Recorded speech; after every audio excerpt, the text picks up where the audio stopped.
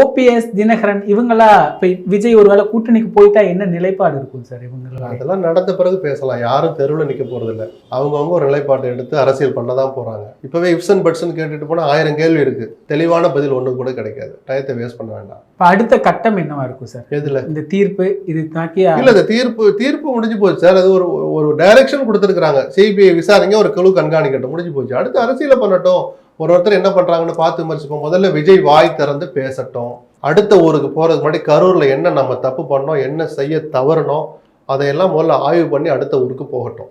அந்த மக்கள் மேல, உயிர் மேல உங்களுக்கு ஒரு துளியாவது பாசம் இருந்ததுன்னா, அன்பு இருந்ததுன்னா, அவர் சொல்லுவார்ல, அன்பு தாய் மாமன் அண்ணன் தம்பின்னு என்னென்னமோ உறவெல்லாம் சொன்னார்ல, அது உங்க நெஞ்சில இருந்து தான் வந்துச்சு அப்படின்னு நம்பணும்னா இவர் முதல்ல தன்னை சுய பரிசோதனை பண்ணணும். அடுத்த கூட்டத்தை இந்த மாதிரி ஏற்பாடு பண்ணணும். குறைஞ்சபட்சம் ஒரு ஈடுபாட்டை காட்டணும். நேர்மையற்ற, முதிர்ச்சியற்ற வகையில் ஒரு 5 நிபந்தனை போட்டார் பாருங்க. நான் கரூருக்கு போகணும், இந்த நிபந்தனை எல்லாம் போடுங்கன்னு.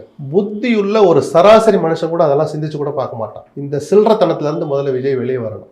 கருமையான வார்த்தை தான். ஏன்னா அதை படிச்சு பார்த்தா சிரிக்கிறதா அழுகிற தலையில் அடிச்சுக்கிறதான்னு தெரியல. எந்த பிரகஸ்பதி அதையெல்லாம் அவருக்கு எழுதி கொடுத்தான்னு தெரியல.